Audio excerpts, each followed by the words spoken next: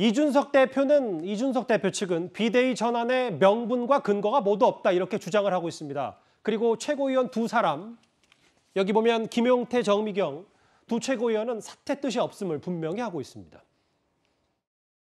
이제는 하다 안 되니까 그 최고위 기능을 상실시키려고 순번을 정해놓고 한 사람씩 지금 사퇴를 하고, 이준석 대표가 사퇴하지 않는 한 사실 비대위로 가기가 어려워요. 저는 처음에는 설마 했거든요. 근데 이제 지금 와서 보니까요, 이준석 대표를 내쫓으려고 하는 거였구나. 국민들께서도 이제 다 아시지 않겠습니까? 이게 무슨 마피아 게임 하는 것도 아니고 낮밤 바뀌면 최고위원들 한두 명 계속 사라져가지고 좀 당황스럽죠. 원내대표이기 때문에 당대표 직무대행을 하는 건데 원내대표는 유지하고 당대표 직무대행을 내려놓는다? 그건 말도 안 되는 거고요. 이제는 원내대표도 사퇴하셔야 된다고 생각합니다. 정미영 의원 얘기 혹은 이준석 대표 측 얘기는 결국은 비상사항을 빙자해서 뭔가 이준석 대표가 돌아올 길을 막아버리는 거 아니냐. 그렇기 때문에 이준석 대표 측이 보시는 것처럼 법적 조치, 이거 효력정지 가처분 신청까지 내겠다, 검토하겠다 이렇게 알려지고 있거든요. 네. 그러니까 이제 지금 국민의힘의 위기 중에 하나는 일단 리더십이 붕괴된 거 아닙니까? 예. 더더군다나 그 붕괴된 리더십을 다시 세우기 위해서 지금 비상대책위원회로 가겠다라고 하는데, 이 민주적 절차를 지켜야 되는데 이 민주적 절차에 따르면 지금 권성동 원내대표가 지금 걸림돌이 되고 있는 형국입니다. 왜냐하면 직무대행만 사퇴하고 원내대표를 사퇴하지 않으면 이 당연직 최고위원이 될 수밖에 없는 상황에 처했기 때문에 지금 김용태 최고위원이 원내대표를 사퇴하라고 주장을 하고 있는 것이고요. 또 그 밖에 있는 대구시장인 홍준표 대표도 권성동 원내대표를 향해서 이 원내대표를 사퇴하라고 하는 이유가, 그래야만이 최고위원이 사실상 해체가 되고 이 비대위 체제로 넘어갈 수 있기 때문입니다. 그런데 지금 권 원내대표가 아직 원내대표직에서 사퇴할 의사를 밝히고 있지 않기 때문에 이 질서 있는 비대위 전환이 지금 안 되고 있는 형국인 것 같습니다. 그럼 이 화면 설명을 잠시 해볼게요. 이준석 대표 측은 비대위까지 오늘 의원총회에서 결론을 내리면 본인은 법적 대응도 검토하겠다 이렇게 알려지고 있거든요. 이거 좀 막아달라, 중단해달라, 효력정지 가처분 신청 가능성도 있습니다. 만약에 비대위가 이런 수순을 밟게 된다면. 이준석 대표 측은 아직 내가 대표인데 무슨 대표를 뽑느냐 이렇게 법적 다툼 고려하고 있습니다. 만약 현재 당원 당규대로일 때 이준석 대표가 법적 절차를 밟으면 도대체 어떻게 예상이 되는지 제가 방송 전에 법 전문가에게 직접 한번 물어봤습니다. 최고인 사퇴도 없고 당의 비상상황이라는 유권 해석 자체가 되게 모호하기 때문에 이준석 대표가 만약에 비대위 체제로 가는 거에 대해서 가처분 신청을 하면 이를 법원이 인용할 가능성이 높다고 하는 보도도 있는데, 양쪽이 다 지금 가능하기 때문에 그래요. 당원권 정지 6개월이라 그러면 이준석 대표 복귀가 예정돼 있던 거 아니에요. 그런데 그 복귀를 못하게 막아버리는 거잖아요. 복귀가 예정된 대표를 자기들이 마음대로 쫓아내려고 한다. 반대로 법원이 지금까지 그런 당 자체의 그런 당원 해석을 통해서 어떤 지도부를 새로 구성하는데 개입한 전례가 없다. 개입한 전례가 없으니까, 지금까지 한 번도 그런 일이 없었으니까 지금이라도 그 비대위를 주장한 사람들은 당무위원회나 최고위원회 같은 정상적인 절차를 거쳐서 그게 따라서 해야 되는 거죠. 제가 오늘 취재를 할 때 변호사분들도 많이 여쭤봤는데 변호사분들도 의견이 너무 갈려서 그냥 공평하게 법대 교수님께 질문을 드렸어요. 복귀형 대변인. 네. 복귀 예정된 대표를 쫓아낼 수 없다. 그러니까 가처분 신청, 이준석 대표 손을 들어줄 수 있다 법원이. 이런 의견도 있는 반면에 노덜 교수 말처럼 노덜 교수도 이제 반반의 가능성이 있다는데, 이렇게 법원이 당원 당규에 직접 개입한 사례가 없기 때문에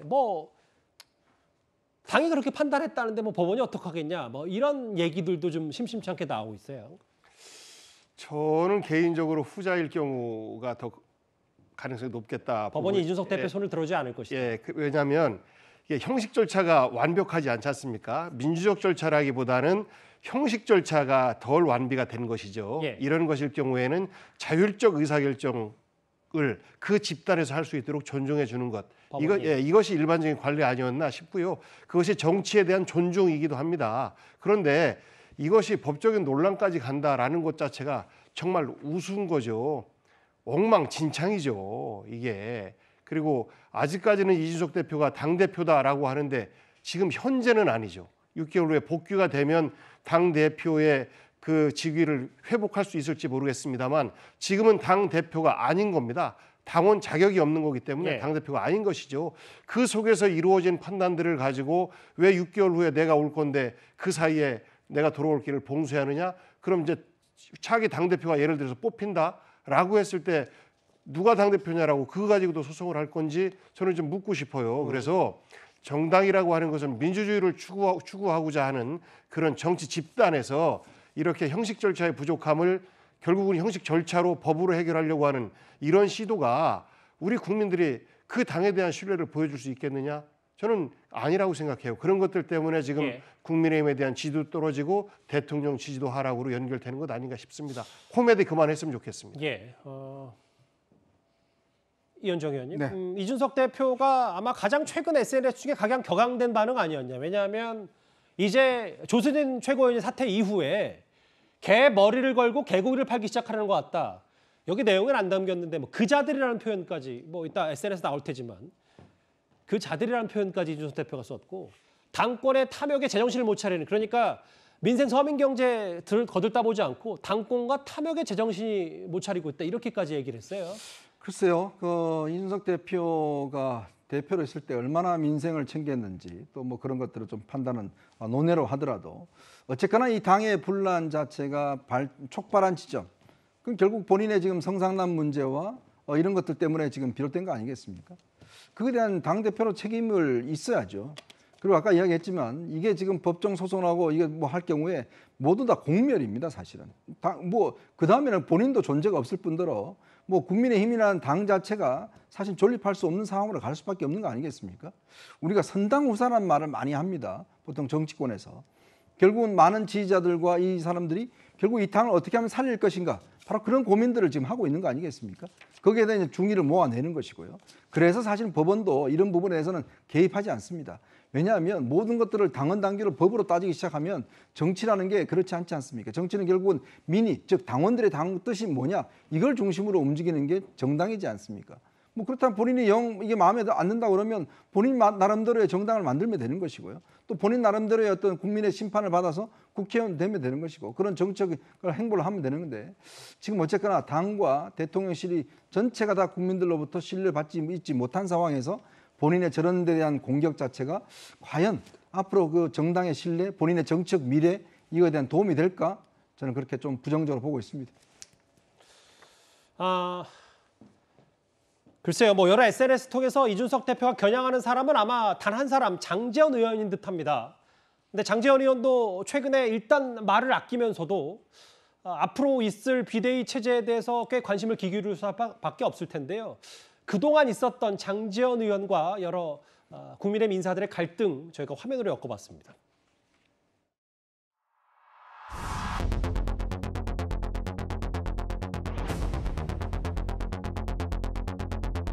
진짜 공개적으로 지도 체제 문제에 대해서 언급한 적이 있나요? 없습니다.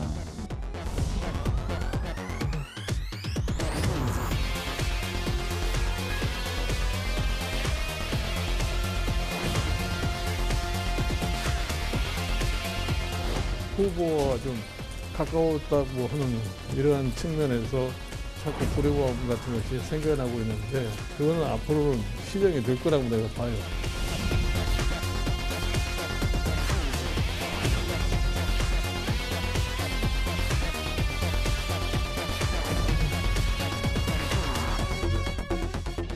전혀 선대위에 참여하지 않는 것으로 알려진 장제원 의원께서 저도 모르는 얘기를 막 줄줄이 내놓기 시작해요. 저는 장제원 의원께서 핵심 관계자임을 선언하신 거다 이렇게 봅니다. 저는 창당을 노리는 세력이 또 있는 걸 알고 있습니다.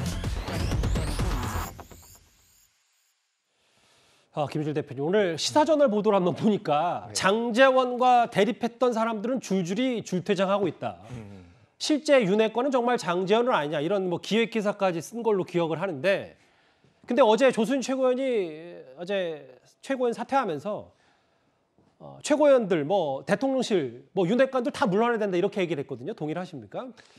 그러니까 윤핵관 오브 윤핵관, 킹 오브 윤핵관은 정말 장제원 의원이 아닌가 생각이 드는데 사실 전해를 돌이켜보면 2017년에는 유승민 의원하고도 그때 붙었었고요. 2018년에는 홍준표 대표하고도 붙었습니다. 그러니까 계속 붙고 뭔가를 만들어내고 균열을 만들어내고 그 위에 김종인, 이준석, 권성동 다 모두가 지금 일선을 퇴진하거나 어려움을 겪고 있거든요. 정말 대단한 게 사실이라면 대단한 능력이다 그렇게 보여집니다. 그러니까 어쨌든 지금 이게 권성동 원내대표가 문자를 잘못 보내가지고 이제 받아가지고 그게 공개가 돼가지고 이거니까 권성동 원내대표가 책임을 지면 되는 건데 이거를 갑자기 비대위로 전환하게 한 주체가 무엇이냐. 지난 금요일에 보도를 보면은 대통령실에서 당 지도부를 만나가지고 비대위 만들라라는 지시가 내려왔다라는 거잖아요. 사실상 지시죠. 이진복 정무수석이 당 지도부 찾아가서 그래서 조수진 최고위원도 처음에는 미온적이다가 거기에 뭐 설득이 됐다라고 이런 식으로 언론 보도가 나왔는데 그거를 움직이게 한 사람은 도대체 누구냐. 그러니까 모두가 이제 뭐 아직 확인 안 됐지만 장제원 의원을 가리키는 거죠. 그래서 장제원이 이끄는 나라는 정말 앞으로 행복할 것인가 뭐 국민들이 아마 다들 생각이 많으실 것 같습니다. 장제원이 이끄는 나라까지 너무 나가신 건 아닌지 모르겠어요. 뭐 윤핵관 오브 윤핵관으로 지금 지목이 되니까. 알겠습니다. 비대위 체제 수순을 밟기로 한 집권 여당인데 앞으로 갈 길이 멀어 보입니다. 저희가 3위, 위위 만나봤고요. 지금까지 준비한 여러분들의 목소리를 들어보겠습니다. 첫 번째 댓글입니다. 싸이 흠뻑쇼 말도 많고 탈도 많네요 라고 하셨고요. 예. 죽은 사과 배경으로 인증샷이라니 너무 나간 이벤트다라고 하셨습니다. 예. 지금은 당을 사랑할 때가 아니고 회초리를 들어야 될 때다. 이재명 의원 당내에서도 불안하겠어요. 설화 리스크라는 표현도 하셨습니다. 마지막 볼까요? 여야 의원들 죄다 물갈이해야 된다라고 하셨는데 예. 정치인권 보면서 답답하신 분들 많으실 겁니다. 저희가 뽑은 뉴스탑10 1위가 다음에 기다리고 있습니다.